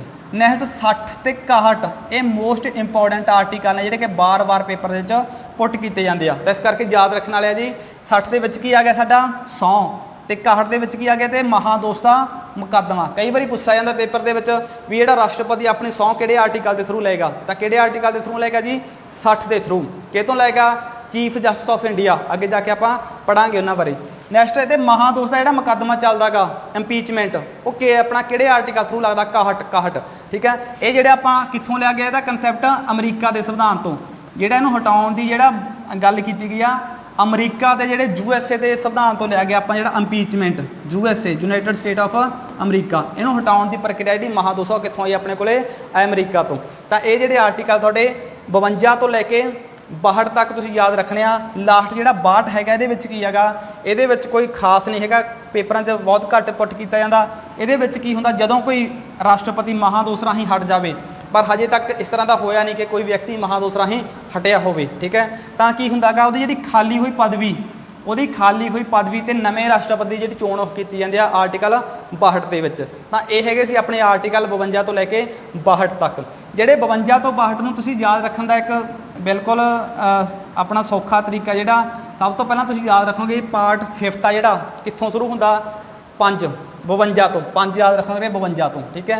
ਕਿਉਂਕਿ ਜਿਹੜਾ ਰਾਸ਼ਟਰਪਤੀ ਦੇਸ਼ ਦਾ ਪਹਿਲਾ ਉਹਦਾ ਜੇ ਆਪਾਂ ਗੱਲ ਕਰਕੇ, ਇਸ ਕਰਕੇ ਇਹਨੂੰ 52 ਤੋਂ ਯਾਦ ਰੱਖ ਲਓ, ਕਦੇ 51 ਤੋਂ ਨਾ ਸ਼ੁਰੂ ਕਰ ਲਿਓ ਜਾਂ 53 ਤੋਂ। ਫਿਰ ਤੁਸੀਂ ਯਾਦ ਰੱਖਣਾ ਪਕਾਨੀ ਕੋਕਾ ਦੁਆ ਦਸਮ, ਚਾਹੇ ਇਹਨੂੰ ਹਿੰਦੀ 'ਚ ਲਿਖ ਲਓ ਚਾਹੇ ਇਹਨੂੰ ਪੰਜਾਬੀ 'ਚ, ਪਕਾਨੀ ਕੋਕਾ ਦੁਆ ਦਸਮ, ਠੀਕ ਹੈ, ਦੁਆ ਦਸਮ। ਤਾਂ ਇਸ ਤੋਂ ਬਾਅਦ ਕੀ ਕਰਨਾ, ਪੇਪਰ ਦੇ ਵਿੱਚ ਤੁਹਾਨੂੰ ਆਉਣੀ ਹੈਗੀ ਆਪਸ਼ਨ, ਤੁਸੀਂ ਇਕੱਲੀ ਆਹ ਸਤਰ ਲਿਖ ਕੇ ਦੇਖਣੀ ਆ। ਕੀ ਕਰੋਗੇ, 52 53 54 55 56 57 58 59 60। ਤਾਂ ਇਸ ਤਰ੍ਹਾਂ ਤੁਹਾਨੂੰ ਆਰਟੀਕਲ ਆ ਜਿਹੜੇ ਸਾਰੇ ਇਸਦੇ ਸਮਝ ਆ ਜਾਣਗੇ, ਕਹਿਣ ਦਾ ਭਾਵ, ਠੀਕ ਹੈ। ਤਾਂ ਇਹ ਬਹੁਤ ਹੀ ਜ਼ਰੂਰੀ ਜਿਹੜੇ ਆਰਟੀਕਲ ਆ ਪੇਪਰ ਦੇ ਵਿੱਚ ਜ਼ਿਆਦਾ ਕਿਹੜੇ ਪੁੱਟ ਕੀਤੇ ਜਾ ਰਹੇ ਨੇ। ਇੱਕ ਤਾਂ ਪੁੱਛਿਆ ਜਾਂਦਾ ਵੀ ਜਿਹੜੇ ਭਾਰਤੀ ਸੰਵਿਧਾਨ ਵਿੱਚ ਰਾਸ਼ਟਰਪਤੀ ਪਦਵੀ ਕਿਹੜੇ ਆਰਟੀਕਲ ਦੇ ਵਿੱਚ ਆਉਂਦੀ ਆ, ਤਾਂ ਉਹ ਆਉਂਦੀ ਹੈਗੀ 52 ਦੇ ਵਿੱਚ। ਤਾਂ ਇਹ ਬਹੁਤ ਪੁੱਛਿਆ ਜਾਂਦਾ। ਆਪਾਂ ਇੱਥੇ ਕਈ ਵਾਰੀ ਕੀ ਕਰਦੇ ਹਾਂ, 54 ਤੇ 52 ਨੂੰ ਬਹੁਤ ਗਲਤ ਕਰ ਦਿੰਦੇ ਹਾਂ। 54 ਦੇ ਵਿੱਚ ਇਹਦੀ ਨਿਯੁਕਤੀ ਆਏਗੀ, ਇਹਦੀ ਚੋਣ, ਸੌਰੀ ਨਿਯੁਕਤੀ ਨਹੀਂ ਆਏਗੀ, ਚੋਣ ਕਹਿਣਾਗੇ ਆਪਾਂ, ਠੀਕ ਆ। 54 ਦੇ ਵਿੱਚ ਚੋਣ ਆਏਗੀ ਤੇ 52 ਦੇ ਵਿੱਚ ਇਹਦੀ ਪਦਵੀ ਆਏਗੀ, ਠੀਕ ਹੈ। ਤੇ ਉਸ ਤੋਂ ਬਾਅਦ ਲਾਸਟ ਜਿਹੜੇ 60 ਤੇ 61 ਆ ਜਿਹੜੇ ਉਹ ਕਾਫੀ ਜ਼ਿਆਦਾ ਇੰਪੋਰਟੈਂਟ ਨੇ। 60 ਦੇ ਵਿੱਚ ਇਹਦੀ ਕੀ ਆਏਗੀ, ਸਹੁੰ, ਤੇ 61 ਦੇ ਵਿੱਚ ਆਏਗਾ ਮਹਾਦੋਸ਼, ਠੀਕ ਹੈ। 57 ਵੀ ਕਈ ਵਾਰੀ ਪੁੱਟ ਕੀਤਾ ਗਿਆ, ਜਿਹੜਾ ਦੁਬਾਰਾ ਨਿਯੁਕਤੀ ਇਹਦੀ ਹੁੰਦੀ ਹੈ ਸਭ ਜਿਹੜੀ ਆਪਣਾ। ਨੈਕਸਟ ਆਪਾਂ ਗੱਲ ਕਰਦੇ ਹਾਂ ਅੱਗੇ, ਦੇਖੋ ਜੀ, ਹੁਣ ਆਪਾਂ ਰਾਸ਼ਟਰਪਤੀ ਬਾਰੇ ਗੱਲ ਕਰਾਂਗੇ। ਕਈ ਕਹਿੰਦੇ ਆ ਵੀ ਰਾਸ਼ਟਰਪਤੀ ਰਬੜ ਦੀ ਮੋਹਰ ਆ, ਠੀਕ ਹੈ, ਵੀ ਇਹਦੇ ਕੋਲੇ ਹੱਥ 'ਚ ਪਾਵਰਾਂ ਨਹੀਂ ਹੈਗੀਆਂ, ਬਟ ਇੱਦਾਂ ਦਾ ਵੀ ਹੈ ਨਹੀਂ, ਠੀਕ ਆ। ਇਹਦੇ ਕੋਲੇ ਕੁਝ ਪਾਵਰਾਂ ਵੀ ਹੁੰਦੀਆਂ ਨੇ, ਠੀਕ ਆ, ਪਰ ਜ਼ਿਆਦਾਤਰ ਉਹ ਪਾਵਰਾਂ ਜਿਹੜੀਆਂ ਉਹ ਯੂਜ਼ ਇਸ ਦੁਆਰਾ ਨਹੀਂ ਕੀਤੀਆਂ ਜਾਂਦੀਆਂ। ਤਾਂ ਸਭ ਤੋਂ ਪਹਿਲਾਂ ਆਪਾਂ ਦੇਖਦੇ ਹਾਂ ਇਹਦਾ ਆਫਿਸ ਜਿਹੜਾ ਕਿੱਥੋਂ ਲਿਆ ਗਿਆ। ਜਿਹੜਾ ਸਾਡਾ ਰਾਸ਼ਟਰਪਤੀ ਦਾ ਆਫਿਸ ਆ ਉਹ ਕਿੱਥੋਂ ਲਿਆ ਗਿਆ, ਯੂਕੇ ਦੇ ਸੰਵਿਧਾਨ ਤੋਂ, ਠੀਕ ਆ। UK, United Kingdom, Britain, England ਜਿਹਨੂੰ ਆਪਾਂ ਕਹਿੰਦੇ ਹਾਂ, ਤਾਂ ਉਸ ਤੋਂ ਜਿਹੜਾ ਆਪਣਾ ਇਹਦਾ ਆਫਿਸ ਲਿਆ ਗਿਆ। ਦੂਜੇ ਪਾਸੇ ਜੇ ਪੁੱਛਿਆ ਜਾਂਦਾ ਵਾਈਸ ਪ੍ਰੈਜ਼ੀਡੈਂਟ ਆਫ ਇੰਡੀਆ, ਉਹਦਾ ਜਿਹੜਾ ਆਫਿਸ ਲਿਆ ਗਿਆ ਅਮਰੀਕਾ ਤੋਂ, ਠੀਕ ਹੈ। ਤਾਂ ਸਭ ਤੋਂ ਪਹਿਲਾਂ ਕਈ ਵਾਰੀ ਪੇਪਰ 'ਚ ਪੁੱਟ ਕੀਤਾ ਵੀ ਜਿਹੜਾ ਸਾਡਾ ਰਾਸ਼ਟਰਪਤੀ ਦਾ ਆਫਿਸ ਕਿਹੜੇ ਦੇਸ਼ ਵਰਗਾ, ਯੂਕੇ, ਠੀਕ ਹੈ, ਯੂਕੇ ਦਾ ਜਿਹੜਾ ਸੰਵਿਧਾਨ ਤੋਂ ਲਿਆ ਗਿਆ, ਕਹਿਣ ਦਾ ਭਾਵ। ਉਸ ਤੋਂ ਬਾਅਦ ਆਰਟੀਕਲ 52 ਆਪਾਂ ਗੱਲ ਕਰ ਚੁੱਕੇ ਹਾਂ, there shell B president of India under article 52, ਵੀ ਸਾਡੇ ਦੇਸ਼ ਦਾ ਇੱਕ ਰਾਸ਼ਟਰਪਤੀ ਹੋਵੇਗਾ। ਇਹ ਕਿਹੜੇ ਆਰਟੀਕਲ ਦੇ ਵਿੱਚ ਗੱਲ ਕੀਤੀ ਗਈ ਆ, 52 ਦੇ ਵਿੱਚ, ਵੀ ਸਾਡੇ ਦੇਸ਼ ਦੇ ਵਿੱਚ ਇੱਕ ਰਾਸ਼ਟਰਪਤੀ ਹੋਵੇਗਾ ਜਿਹੜਾ ਦੇਸ਼ ਦੀ ਕਾਰਜਪਾਲਿਕਾ ਨੂੰ ਚਲਾਏਗਾ, ਕਹਿਣ ਦਾ ਭਾਵ। ਨੈਕਸਟ ਕੀ ਆ, the nominal head in case of India, ਠੀਕ ਹੈ। ਇਹ ਕਾਫੀ ਪੇਪਰ ਦੇ ਵਿੱਚ ਪੁੱਟ ਕੀਤਾ ਜਾਂਦਾ। ਇੱਥੇ ਕਈ ਵਾਰੀ ਐਗਜ਼ਾਮੀਨਰ ਸਟੇਟ ਵੀ ਪਾ ਦਿੰਦਾ, ਸਟੇਟ, ਕਿਉਂਕਿ ਇੰਡੀਆ ਨੂੰ ਸਟੇਟ ਬੋਲਿਆ ਗਿਆ। ਇੱਥੇ ਆਪਾਂ ਕਈ ਵਾਰੀ ਗਲਤ ਕਰ ਦਿੰਦੇ ਆਂਸਰ, ਠੀਕ ਹੈ। ਇੱਥੇ ਆਪਾਂ ਹੋਰ ਆਪਾਂ ਕਈ ਵਾਰੀ ਟਿਕ ਕਰ ਦਿੰਦੇ ਹਾਂ, ਪਰ ਯਾਦ ਰੱਖਿਓ the nominal head in case of India ਜਾਂ ਸਟੇਟ, ਤਾਂ ਕੌਣ ਆਏਗਾ, ਪ੍ਰੈਜ਼ੀਡੈਂਟ ਹੀ ਆਏਗਾ। ਬਹੁਤ ਜ਼ਿਆਦਾ ਇੰਪੋਰਟੈਂਟ ਕੁਐਸਚਨ ਹੈ, ਯਾਦ ਰੱਖਣ ਵਾਲਾ, ਠੀਕ ਹੈ। ਤਾਂ ਦੇਸ਼ ਦਾ ਜਿਹੜਾ ਸਾਰਾ ਕੰਮ ਕਾਰਜਪਾਲਿਕਾ ਦਾ ਹੈਡ ਆ, ਮੁਖੀ ਇਹੀ ਹੁੰਦਾ ਗਾ। ਤਾਂ first citizen of India, the first citizen of India, first citizen of India ਤੋਂ ਕੀ ਭਾਵ ਆ ਕਿ ਜਿਹੜਾ ਦੇਸ਼ ਦਾ ਪਹਿਲਾ ਨਾਗਰਿਕ ਆ ਉਹ ਕਿਹਨੂੰ ਮੰਨਿਆ ਗਿਆ ਜੀ, ਰਾਸ਼ਟਰਪਤੀ ਨੂੰ ਮੰਨਿਆ ਗਿਆ। ਦੇਖੋ ਦੇਸ਼ ਦੇ ਵਿੱਚ ਸਭ ਤੋਂ ਵੱਡਾ ਅਹੁਦਾ ਕਿਹਦਾ, ਰਾਸ਼ਟਰਪਤੀ ਦਾ। ਤਾਂ ਜਿਹੜੀ ਜਦੋਂ ਕਾਊਂਟਿੰਗ ਹੁੰਦੀ ਆ, ਜਿਹੜੀ ਸਭ ਤੋਂ ਸਾਡੀ ਗਿਣਤੀ ਹੁੰਦੀ ਆ, ਕਿੰਨੇ ਸਾਲਾਂ ਬਾਅਦ ਹੁੰਦੀ ਆ, 10 ਸਾਲਾਂ ਬਾਅਦ। ਤਾਂ ਸਭ ਤੋਂ ਪਹਿਲਾਂ ਆਪਾਂ ਕਿਸ ਨੂੰ ਕਾਊਂਟ ਕਰਦੇ ਹਾਂ, ਪ੍ਰੈਜ਼ੀਡੈਂਟ ਤੋਂ। ਤੇ ਤੁਹਾਡੀ ਮੈਂ ਕਾਊਂਟਿੰਗ ਦੀ ਗੱਲ ਕਰਨਾ, ਸਭ ਤੋਂ ਪਹਿਲੀ ਜਿਹੜੀ ਕਾਊਂਟਿੰਗ ਕਦੋਂ ਹੋਈ ਸੀ ਜਾਂ ਆਪਣਾ ਇਹ ਕੰਟੀਨਿਊ ਕਦੋਂ ਹੋਈ ਆ, ਤਾਂ ਸਭ ਤੋਂ ਪਹਿਲਾਂ ਜਿਹੜੀ 1872 ਦੇ ਵਿੱਚ ਕਦੋਂ ਹੋਈ ਸੀ, 1872 ਦੇ ਵਿੱਚ। ਇਹ ਵੀ ਕੁਐਸਚਨ ਕਾਫੀ ਵਾਰੀ ਪੇਪਰ 'ਚ ਪੁੱਟ ਕੀਤੇ, ਹਿਸਟਰੀ ਦੇ ਵਿੱਚ ਬਣਦਾ ਹੁੰਦਾ ਵੀ 1872 ਦੇ ਵਿੱਚ ਇੱਕ ਸਾਡਾ ਲਾਰਡ ਮਿਓ ਸੀਗਾ, ਲਾਰਡ ਮਿਓ ਅੰਗਰੇਜ਼ਾਂ ਦਾ, ਠੀਕ ਆ। ਉਸ ਸਮੇਂ ਜਿਹੜੀ ਪਹਿਲੀ ਕਾਊਂਟਿੰਗ ਜਿਹੜੀ ਕੀਤੀ ਗਈ ਸੀ, ਇੱਕ ਪੇਪਰ ਦੇ ਵਿੱਚ ਆ ਜਾਂਦਾ। ਇਹ ਤਾਂ ਸਾਡੀ ਫਸਟ ਜਿਹੜੀ ਕਾਊਂਟਿੰਗ ਹੋਈ ਸੀ ਜਦੋਂ। ਇੱਕ ਪੁੱਛਿਆ ਇਹਦਾ ਕੰਟੀਨਿਊ ਕਦੋਂ ਸ਼ੁਰੂ ਹੋਈ ਆ, ਕੰਟੀਨਿਊ ਕਹਿਣ ਦਾ ਭਾਵ ਹੁਣ ਜਿਵੇਂ ਆਪਾਂ ਦੇਖਦੇ ਹਾਂ 2011 ਦੇ ਵਿੱਚ ਹੋਈ ਆ, ਹੁਣ 21 'ਚ ਹੋਊ, ਫਿਰ 31 'ਚ ਹੋਊ, 41, 51 ਇਸ ਤਰ੍ਹਾਂ। ਤਾਂ ਕੀ ਸੀਗਾ 1881 ਦੇ ਵਿੱਚ, 1881 ਦੇ ਵਿੱਚ ਕੌਣ ਸੀਗਾ, ਲਾਰਡ ਰਿਪਨ, ਠੀਕ ਆ। ਇਹ 80 ਤੋਂ ਲੈ ਕੇ 84 ਤੱਕ ਰਿਹਾ ਸੀ। ਇਸ ਸਮੇਂ ਜਿਹੜੀ ਹੋਈ ਸੀ ਪਰਮਾਨੈਂਟਲੀ ਜਿਹੜੀ ਕੰਟੀਨਿਊ, ਲਾਰਡ ਰਿਪਨ। ਇਹਨੂੰ ਤੁਸੀਂ ਨੋਟ ਕਰ ਸਕਦੇ ਹੋ ਵੀ ਜਿਹੜੀ ਸਾਡੀ ਪਹਿਲੀ ਕਾਊਂਟਿੰਗ ਕਦੋਂ ਹੋਈ 1872 ਦੇ ਵਿੱਚ ਲਾਰਡ ਮਿਓ ਦੇ ਸਮੇਂ। ਜਿਹੜੀ ਸਾਡੀ ਕੰਟੀਨਿਊ ਕਿੱਥੋਂ ਹੋਣ ਲੱਗੀ, ਦੇਖੋ ਜੀ 81 ਤੋਂ ਬਾਅਦ 91 'ਚ ਹੋ ਗਈ, ਠੀਕ ਆ। ਫਿਰ 1901, 1911, 1921 ਇਸ ਤਰ੍ਹਾਂ ਜਿਹੜੀ ਕੰਟੀਨਿਊ ਹੁਣ ਚੱਲਦੀ ਆ ਰਹੀ ਆ ਉਹ ਕਿੱਥੋਂ ਸ਼ੁਰੂ ਹੋਈ ਆ, ਆਪਣੇ 1881 ਦੇ ਵਿੱਚੋਂ, ਠੀਕ ਹੈ। ਤਾਂ ਇਹ ਵੀ ਜਿਹੜਾ ਤੁਹਾਡੇ ਯਾਦ ਰੱਖਣ ਵਾਲੀ ਗੱਲ ਹੈ ਇੱਥੇ ਕਾਊਂਟਿੰਗ। ਤਾਂ ਆਪਾਂ ਇੱਥੇ ਗੱਲ ਕਰ ਰਹੇ ਸੀ ਵੀ ਜਿਹੜੀ ਕਾਊਂਟਿੰਗ ਦੇ ਵਿੱਚ ਸਭ ਤੋਂ ਪਹਿਲਾਂ ਜਿਹੜਾ ਵਿਅਕਤੀ ਕਿਸ ਨੂੰ ਗਿਣਿਆ ਜਾਂਦਾ, ਰਾਸ਼ਟਰਪਤੀ ਨੂੰ। ਦੂਜੇ ਨੰਬਰ ਤੇ ਮੰਨਿਆ ਜਾਂਦਾ ਸਾਡੇ ਵਾਈਸ ਪ੍ਰੈਜ਼ੀਡੈਂਟ ਆਫ ਇੰਡੀਆ ਨੂੰ, ਠੀਕ ਹੈ। ਤਾਂ ਇਹ ਵੀ ਜਿਹੜਾ ਯਾਦ ਰੱਖਣ ਵਾਲਾ ਪੁਆਇੰਟ ਆ ਤੁਹਾਡੇ। ਨੈਕਸਟ ਆਪਾਂ ਇਹਦੀ ਗੱਲ ਕਰ ਲਈ, ਇਲੈਕਸ਼ਨ ਮੈਥਡ ਕੀ ਆ, ਪ੍ਰੈਜ਼ੀਡੈਂਟ ਦਾ ਇਲੈਕਸ਼ਨ ਮੈਥਡ ਕੀ ਆ। ਦੇਖੋ ਜੀ ਧਿਆਨ ਦਿਓ, ਇਲੈਕਸ਼ਨ ਮੈਥਡ ਤਾਂ ਇਹਦੇ ਵਿੱਚ ਕੀ ਹੁੰਦਾ, ਦੇਖੋ ਜੀ ਇਲੈਕਸ਼ਨ ਮੈਥਡ ਦੇ ਵਿੱਚ ਤਾਂ ਇਹਦਾ ਜਿਹੜਾ ਇਲੈਕਸ਼ਨ ਮੈਥਡ ਆ ਤੁਹਾਨੂੰ ਕੀ ਆਏਗਾ ਪੇਪਰ ਦੇ ਵਿੱਚ, ਆ ਤੁਸੀਂ ਯਾਦ ਰੱਖਣਾ, single transferable vote system. Most important point ਆ, ਸਿੰਗਲ ਟਰਾਂਸੇਬਲ ਵੋਟ ਸਿਸਟਮ। ਕੀ ਹੁੰਦਾ ਜੀ, ਦੇਖੋ transferable vote, transferable vote system ਕੀ ਹੁੰਦਾ ਗਾ। ਦੇਖੋ ਮੰਨ ਲਓ ਇੱਥੇ ਕੀ ਹੁੰਦਾ ਕਿ ਇਸ ਤਰ੍ਹਾਂ ਆਪਾਂ ਇੱਕ ਇਸ ਤਰ੍ਹਾਂ ਬਣਾ ਲਈਏ ਵੀ ਜਿਹੜਾ ਵੋਟਿੰਗ ਹੁੰਦੀ ਹੈ ਇਹਦੇ ਵਿੱਚ ਕਿਸ ਤਰੀਕੇ ਨਾਲ ਹੁੰਦੀ ਆ। ਮੰਨ ਲਓ ਇੱਥੇ ਕੈਂਡੀਡੇਟ 3 ਖੜੇ ਨੇ, ਠੀਕ ਆ, A B C 3 ਕੈਂਡੀਡੇਟ ਖੜੇ ਨੇ। ਤਾਂ ਇੱਥੇ ਇਹ ਨਹੀਂ ਹੁੰਦਾ ਵੀ ਜਿਹੜੇ ਇਸ ਨੂੰ ਵੋਟ ਪਾਉਂਦੇ ਆ MP ਜਾਂ ਫਿਰ ਵਿਧਾਨ ਸਭਾ ਜਿਹੜੇ ਮੈਂਬਰ ਹੁੰਦੇ ਆ ਜਾਂ ਰਾਜ ਸਭਾ ਦੇ, ਉਹ ਇੱਕ ਮੈਂਬਰ ਨੂੰ ਵੋਟ ਨਹੀਂ ਪਾਉਣਗੇ। ਉਹਨਾਂ ਦੀ ਚੋਇਸ ਸਿਸਟਮ ਹੁੰਦਾ ਇੱਥੇ, ਚੋਇਸ, ਠੀਕ ਆ। ਉਹਨਾਂ ਨੇ ਮੰਨ ਲਓ ਪਹਿਲੀ ਪਸੰਦ ਆਪਣੀ A ਮੰਨ ਲਈ, ਦੂਜੀ B ਮੰਨ ਲਈ, ਤੀਜੀ C ਮੰਨ ਲਈ। इस तरह चॉइस होंदी आ, चॉइस सिस्टम होंदा। उस तो बाद की कीता, वोटां की काउंटिंग की जाती है। मान लो इत्थे ए नूं मिल गईयां 47 वोटां, ए नूं मिल गईयां इत्थे 47 वोटां, बी नूं मिल गईयां इत्थे 30 वोटां, सी नूं मिल गईयां इत्थे 10 वोटां। ठीक है, इस तरह होगी। हुण कौन बनया राष्ट्रपति? कोई नहीं बनया, क्योंकि अपने इंडिया दे विच की रूल आ 50+1 का फंडा गा भी जिन्हों 50+1 जिहड़ियां सीटां मिलणगीਆਂ उस राष्ट्रपति जिहड़ा अपॉइंट किया जाएगा। तो हुण कोई नहीं बनया, तो देखो की हुंदा हुण की हुंदा, इहनूं आपां 50 तो प्लस लैके जाना गा। ਜਿਹੜਾ ਇਹਦੇ ਵਿੱਚ 10 ਆਪਾਂ ਗੱਲ ਕੀਤੀ, ਇਹਨੂੰ 10 ਵੋਟਾਂ ਮਿਲੀਆਂ ਨੇ, ਇਹਨੂੰ ਕੀ ਕਹਿਣਗੇ? ਇਹਨੂੰ ਕਿਹਾ ਜਾਏਗਾ ਤੂੰ ਤਾਂ ਰਾਸ਼ਟਰਪਤੀ ਬਣਨਾ ਹੀ ਨਹੀਂ, ਤੂੰ ਤਾਂ ਬਣ ਨਹੀਂ ਸਕਦਾ, ਹੈ ਨਾ। ਤਾਂ ਇਹਦੀਆਂ ਵੋਟਾਂ ਬਹੁਤ ਘੱਟ ਨੇ। ਤਾਂ ਇਹਦੇ ਵਿੱਚੋਂ ਕੀ ਹੋਇਆ, 5 ਵਿਅਕਤੀ ਇਹੋ ਜਿਹੇ ਸੀ, 5 ਵਿਅਕਤੀ ਅਜਿਹੇ ਸੀ ਜਿਨ੍ਹਾਂ ਨੇ ਆਪਣੀ ਫਸਟ ਪਸੰਦ ਕਿਹੜੀ ਮੰਨੀ ਸੀ? ਸੀ। ਜਿਨ੍ਹਾਂ ਨੇ ਆਪਣੀ ਪਹਿਲੀ ਪਸੰਦ ਮੰਨੀ ਸੀ? ਸੀ। ਤੇ ਆਪਣੀ ਹਾਂ ਪਹਿਲੀ ਪਸੰਦ ਮੰਨੀ ਆ ਸੀ, ਸੈਕਿੰਡ ਪਸੰਦ ਮੰਨੀ ਆ ਏ, ਆਹ ਵਾਲੀ ਏ, ਸੈਕਿੰਡ ਏ। ਹੁਣ ਜਿਹੜੇ ਆਹ 5 ਵਿਅਕਤੀ ਉਹਨੇ ਉਹ ਇੱਥੇ ਜਾ ਕੇ ਐਡ ਹੋ ਜਾਣਗੇ, ਤਾਂ ਕਿੰਨੀਆਂ ਹੋ ਜਾਣਗੀਆਂ? 52। ਤਾਂ ਇਸ ਦਾ ਮਤਲਬ ਕਹਿਣ ਦਾ ਭਾਵ ਕਿ ਜਿਹੜੀ ਵੋਟ ਆ ਉਹ ਟਰਾਂਸਫਰ ਹੋ ਕੇ ਚਲੀ ਜਾਂਦੀ ਆ, ਜਿਹੜੀ ਤੁਹਾਡੀ ਵੋਟ ਆ ਇਹਦੇ ਵਿੱਚ ਟਰਾਂਸਫਰ ਹੋ ਕੇ ਅੱਗੇ ਚਲੀ ਜਾਂਦੀ ਆ। ਇਸ ਕਰਕੇ ਕਿਹਾ ਜਾਂਦਾ ਟਰਾਂਸਏਬਲ ਵੋਟ ਸਿਸਟਮ। ਬਟ ਤੁਸੀਂ ਇਕੱਲਾ ਇਹ ਨਹੀਂ ਤੁਹਾਨੂੰ ਯਾਦ ਰੱਖਣ ਦੀ ਕੋਈ ਜ਼ਰੂਰਤ, ਤੁਸੀਂ ਯਾਦ ਰੱਖਣਾ ਵੀ ਇਹ ਕਿਹੜੇ ਮੈਥਡ ਰਾਹੀਂ ਚੁਣਿਆ ਜਾਂਦਾ। ਕਿਉਂਕਿ ਜੇ ਆਪਾਂ ਇੱਕ ਕੈਂਡੀਡੇਟ ਨੂੰ ਵੋਟ ਦਿੰਦੇ ਆ, ਪਰ ਇਹ ਕੀ ਆ, ਹਰ ਵਿਅਕਤੀ ਆ ਜਿਹੜਾ ਵੋਟ ਦਿੰਦਾ ਉਹ ਚੋਇਸ ਮੰਨੇਗਾ ਵੀ ਪਹਿਲੀ ਪਸੰਦ ਮੇਰੀ ਇਹ ਆ, ਦੂਜੀ ਪਸੰਦ ਇਹ ਆ, ਮੇਰੀ ਤੀਜੀ ਪਸੰਦ ਇਹ ਆ। ਇਸ ਕਰਕੇ ਇਹਦੇ ਵਿੱਚ ਚੋਇਸ ਸਿਸਟਮ ਹੁੰਦਾ। ਜੇਕਰ ਉਸ ਦੀ ਪਸੰਦ ਵਾਲਾ ਵਿਅਕਤੀ ਨਹੀਂ ਬਣਦਾ ਤਾਂ ਕਈ ਵਾਰ ਇੱਧਰੋਂ ਵੋਟਾਂ ਘੱਟਦੀਆਂ ਨੇ ਤਾਂ ਉਹਦੀ ਵੋਟ ਹੈ ਟਰਾਂਸਫਰ ਹੋ ਕੇ ਪ੍ਰੈਜ਼ੀਡੈਂਟ ਨੂੰ ਚਲੀ ਜਾਂਦੀ ਆ। ਤਾਂ ਇਸ ਕਰਕੇ ਇਹਨੂੰ ਕਿਹਾ ਜਾਂਦਾ ਗਾ ਸਿੰਗਲ ਟਰਾਂਸਏਬਲ ਵੋਟ ਸਿਸਟਮ।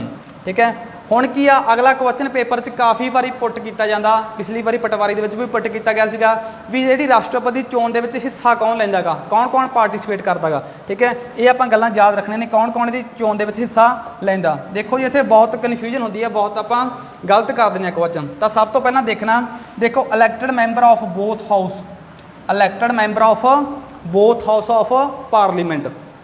ਦੇਖੋ ਜਿਹੜੇ ਪਾਰਲੀਮੈਂਟ ਦੇ 2 ਹਾਊਸ ਆ ਤੁਹਾਨੂੰ ਸਾਰਿਆਂ ਨੂੰ ਪਤਾ ਗਾ ਕਿਹੜੇ ਕਿਹੜੇ ਆ, ਇੱਕ ਤਾਂ ਲੋਕ ਸਭਾ, ਇੱਕ ਹੈਗਾ ਰਾਜ ਸਭਾ। ਠੀਕ ਹੈ, ਇੱਥੇ ਨਾਲ ਹੀ ਲਿਖਿਆ ਹੋਇਆ ਮੈਂ ਲੋਕ ਸਭਾ ਤੇ ਰਾਜ ਸਭਾ।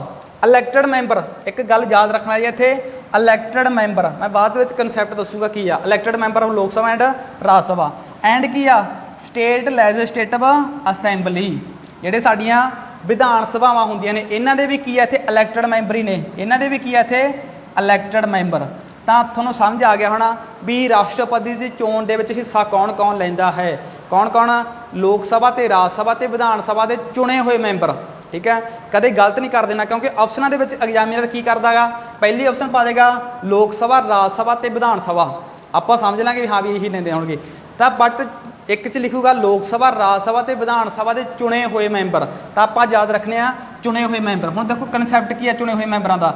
ਦੇਖੋ ਆਪਾਂ ਗੱਲ ਕਰ ਲਈਏ, ਲੋਕ ਸਭਾ ਦੇ ਵਿੱਚ 545 ਮੈਂਬਰ ਆ, 545 ਮੈਂਬਰ। ਤਾਂ ਇਹਦੇ ਵਿੱਚ ਕੀ ਹੈਗਾ, ਜਿਹੜੇ 543 ਮੈਂਬਰ, ਠੀਕ ਹੈ, ਇੱਥੇ ਜਿਹੜਾ ਪਹਿਲਾ ਕਨਸੈਪਟ ਚੁਣ ਕੇ ਜਾਂਦੇ ਸੀਗੇ, ਚੁਣ ਕੇ। ਠੀਕ ਹੈ, ਅੱਜ ਵੀ 543 ਜਿਹੜੇ ਆਪਾਂ ਚੁਣ ਕੇ ਭੇਜਦੇ ਹਾਂ। 2 ਇੱਧਰ ਨੋਮੀਨੇਟਡ ਮੈਂਬਰ ਹੁੰਦੇ ਸੀ। ਠੀਕ ਹੈ, ਹੁਣ ਤਾਂ ਇਹ ਖਤਮ ਕਰਤੇ ਨੋਮੀਨੇਟਡ, 104 ਅਮੈਂਡਮੈਂਟ ਦੇ ਵਿੱਚ ਨੋਮੀਨੇਟਡ ਜਿਹੜੇ ਐਂਗਲੋ ਇੰਡੀਅਨ ਕਾਸਟ ਦੇ ਕਰਦਾ ਹੁੰਦਾ ਸੀਗਾ। ਠੀਕ ਹੈ, ਤਾਂ ਆਹ ਮੈਂਬਰ ਕਿਹੜੇ ਆ, ਨੋਮੀਨੇਟਡ। ਠੀਕ ਹੈ, ਇਹ ਕਿਹੜੇ ਆ, ਚੁਣੇ ਹੋਏ। ਐਂ ਕੀ ਹੁੰਦਾ ਗਾ ਰਾਜ ਸਭਾ ਦੇ ਵਿੱਚ, ਰਾਜ ਸਭਾ ਦੇ ਵਿੱਚ ਕੀ ਹੁੰਦਾ, 245 ਮੈਂਬਰ ਆ, ਜਿਵੇਂ 245 ਮੈਂਬਰ ਆ, ਚੁਣ ਕੇ ਕਿੰਨੇ ਜਾਂਦੇ ਆ ਜੀ, 233 ਮੈਂਬਰ। 233 ਜਿਹੜੇ ਮੈਂਬਰ ਆਪਾਂ ਚੁਣ ਕੇ ਭੇਜਦੇ ਹਾਂ। ਤੇ ਜਿਹੜੇ 12 ਮੈਂਬਰ ਹੈਗੇ ਉਹ ਕਿਹੜੇ ਹੁੰਦੇ ਆ, ਨੋਮੀਨੇਟਡ। ਇਹ ਨੋਮੀਨੇਟ ਕਿਹੜੇ ਕਰਦਾ, ਕੌਣ ਕਰਦਾ, ਰਾਸ਼ਟਰਪਤੀ ਕਰਦਾ। ਇੱਥੇ ਜਿਹੜੇ 12 ਕਰਦਾ ਹੁੰਦਾ, ਲਾਸਟ ਟ੍ਰਿਕ ਆ ਉਹਨਾਂ ਦਾ, ਐਲ ਤੇ ਲਿਟਰੇਚਰ ਆਪਾਂ ਕਰਾਂਗੇ ਅੱਗੇ ਜਾ ਕੇ, ਏ ਤੇ ਆਰਟ, ਐਸ ਤੇ ਸਾਇੰਸ, ਐਸ ਤੋਂ ਸੋਸ਼ਲ ਸਾਇੰਸ। ਤਾਂ ਜਿਹੜੇ ਇਹ 12 ਮੈਂਬਰ ਤੇ ਆ 2 ਮੈਂਬਰ, ਤੇ ਕਿੰਨੇ ਹੋ ਗਏ, 14 ਮੈਂਬਰ। ਇਹ ਇਹਦੀ ਚੋਣ ਦੇ ਵਿੱਚ ਹਿੱਸਾ ਨਹੀਂ ਲੈਂਦੇ ਕਹਿਣ ਦਾ ਭਾਵ। ਤਾਂ ਕਈ ਵਾਰੀ ਆਪਾਂ ਨੂੰ ਆ ਜਾਂਦਾ, ਬਟ ਜਦੋਂ ਹਟਾਉਣਾ ਗਾ ਇਸ ਨੂੰ ਅੱਗੇ ਜਾ ਕੇ, ਜਦੋਂ ਤੇ ਮਹਾਦੋਸ਼ ਦਾ ਇੰਪੀਚਮੈਂਟ ਚੱਲੇਗਾ ਤਾਂ ਉਦੋਂ ਇਹ ਹਿੱਸਾ ਲੈਣਗੇ, ਉਦੋਂ ਵਿਧਾਨ ਸਭਾ ਹਿੱਸਾ ਨਹੀਂ ਲੈਂਦੀ।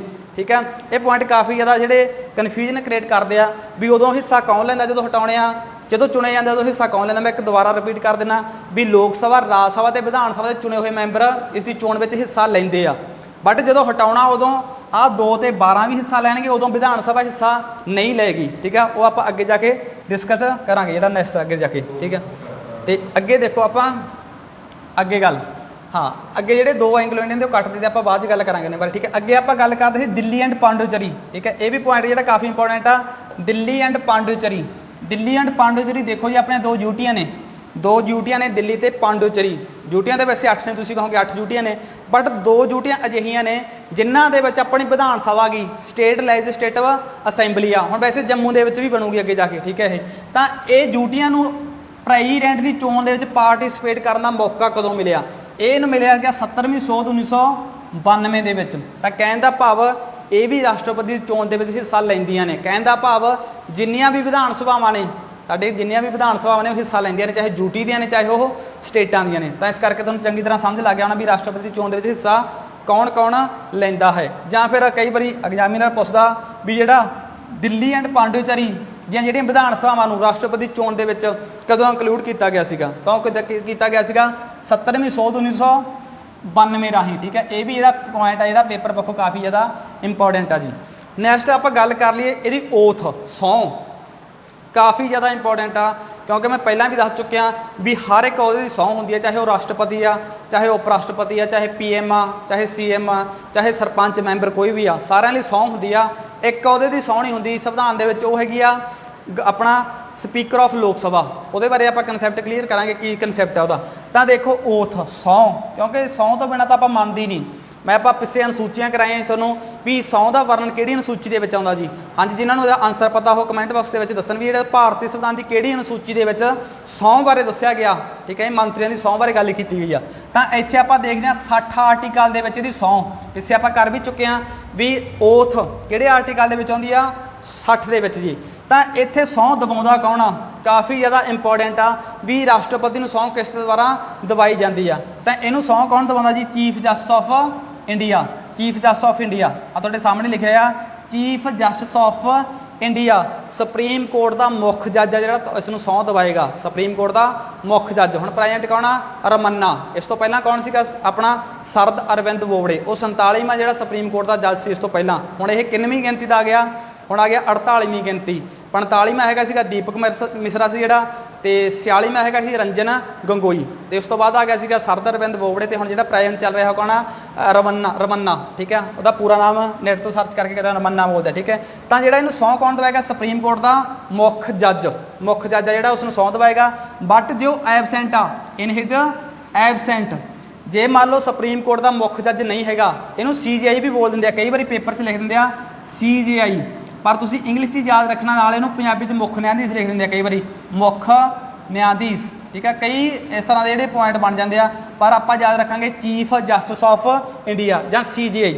ਤਾਂ ਜੇਕਰ ਇਹ ਐਬਸੈਂਟ ਆ ਫਿਰ ਸੁਪਰੀਮ ਕੋਰਟ ਦਾ ਕੋਈ ਵੀ ਜੱਜ ਆ ਸਹੁੰ ਦਵਾ ਸਕਦਾ ਬਾਕੀਆਂ ਤੋਂ। ਦੇਖੋ ਮੈਂ ਥੋੜਾ ਕਨਸੈਪਟ ਦੱਸਦਾ ਵੀ ਸੁਪਰੀਮ ਕੋਰਟ ਦੇ ਵਿੱਚ ਪ੍ਰੈਜ਼ੈਂਟਲੀ ਜਿਹੜੇ ਜੱਜਾਂ ਦੀ ਗਿਣਤੀ ਆ 33+1, ਠੀਕ ਹੈ। ਸੌਰੀ 33+1 ਜਿਹੜੇ ਜੱਜ ਨੇ ਸੁਪਰੀਮ ਕੋਰਟ ਦੇ ਵਿੱਚ। ਕਿੰਨੇ ਆ ਜੀ? 33+1। ਜਿਹੜਾ ਆ ਇੱਕ ਆ ਇਹਨੂੰ ਬੋਲਦੇ ਆ ਚੀਫ ਜਸਟਿਸ ਆਫ ਇੰਡੀਆ, ਜਿਹੜੇ ਬਾਕੀ ਆ ਇਹ ਅਦਰ ਜੱਜ ਹੁੰਦੇ ਨੇ। ਤਾਂ ਸਹੁੰ ਕੌਣ ਦਵਾਉਂਦਾ ਰਾਸ਼ਟਰਪਤੀ ਨੂੰ? ਆਹ ਵਾਲਾ ਚੀਫ ਜਸਟਿਸ ਆਫ ਇੰਡੀਆ। ਜੇ ਇਹ ਨਹੀਂ ਹੈਗਾ, ਠੀਕ ਹੈ, ਜੇ ਨਹੀਂ ਹੈਗਾ ਤਾਂ ਕੌਣ ਸਹੁੰ ਦਵਾਏਗਾ? ਤਾਂ ਇਹਨਾਂ 'ਚੋਂ ਕੋਈ ਵੀ ਸਹੁੰ ਜਿਹੜਾ ਉਹ ਦਵਾ ਸਕਦਾ ਹੈ। ਤਾਂ ਪਤਾ ਲੱਗ ਗਿਆ ਜੀ 60 ਆਰਟੀਕਲ ਦੇ ਥਰੂ ਸਹੁੰ ਲੈਂਦਾ ਗਾ, ਤਾਂ ਸਹੁੰ ਕੌਣ ਦਵਾਉਂਦਾ ਗਾ? ਜੇ ਇਹ ਐਬਸੈਂਟ ਆ ਤਾਂ ਸਹੁੰ ਕੌਣ ਦਵਾਏਗਾ, ਠੀਕ ਹੈ। ਇਹ ਵੀ ਕਾਫੀ ਜਿਹੜਾ ਪੇਪਰ ਦੇ ਵਿੱਚ ਕੁਐਸਚਨ ਆ ਜਿਹੜਾ ਉਹ ਬਣ ਰਿਹਾ ਜੀ ਸਹੁੰ ਤੇ ਓਥ ਤੇ। ਨੈਕਸਟ ਆਪਾਂ ਗੱਲ ਕਰ ਲਈਏ ਪ੍ਰੈਜ਼ੀਡੈਂਟ ਦੀ। ਜਿਹੜਾ ਰਜਾਇਣ ਬਹੁਤ ਵਾਰੀ ਪੁੱਟ ਕੀਤਾ ਗਿਆ ਵੀ ਰਾਸ਼ਟਰਪਤੀ ਆਪਣਾ ਰਜਾਇਣ ਕਿਸ ਨੂੰ ਸੌਂਪੇਗਾ, ਠੀਕ ਹੈ। ਤਾਂ ਬੜੀ ਸਿੰਪਲ ਗੱਲ ਆ, ਜਿਹੜਾ ਰਜਾਇਣ ਕਰੇਗਾ ਇਹ ਵਾਈਸ ਪ੍ਰੈਜ਼ੀਡੈਂਟ ਆਫ ਇੰਡੀਆ ਨੂੰ। ਤਾਂ ਦੋਵੇਂ ਕੀ ਕਰਦੇ ਆ? ਜੇਕਰ ਵਾਈਸ ਪ੍ਰੈਜ਼ੀਡੈਂਟ ਆਫ ਇੰਡੀਆ ਨੇ ਆਪਣਾ ਰਜਾਇਣ ਦੇਣਾ ਹੋਵੇ ਤਾਂ ਉਹ ਕਿਹਨੂੰ ਦੇਗਾ? ਪ੍ਰੈਜ਼ੀਡੈਂਟ ਨੂੰ। ਜੇ ਪ੍ਰੈਜ਼ੀਡੈਂਟ ਨੇ ਆਪਣਾ ਰਜਾਇਣ ਦੇਣਾ ਹੋਵੇ ਉਹ ਕਿਹਨੂੰ ਦੇਗਾ?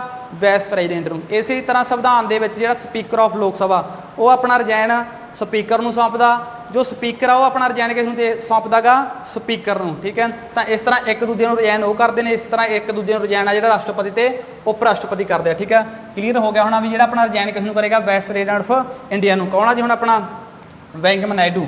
ਨੈਕਸਟ ਆਪਾਂ ਗੱਲ ਕਰ ਲਈਏ ਸੈਲਰੀ ਦੀ। ਜਿਹੜੀ ਪ੍ਰੈਜ਼ੀਡੈਂਟ ਦੀ ਸੈਲਰੀ ਆ ਉਹ ਹੈਗੀ ਆ 5 ਲੱਖ, ਠੀਕ ਹੈ।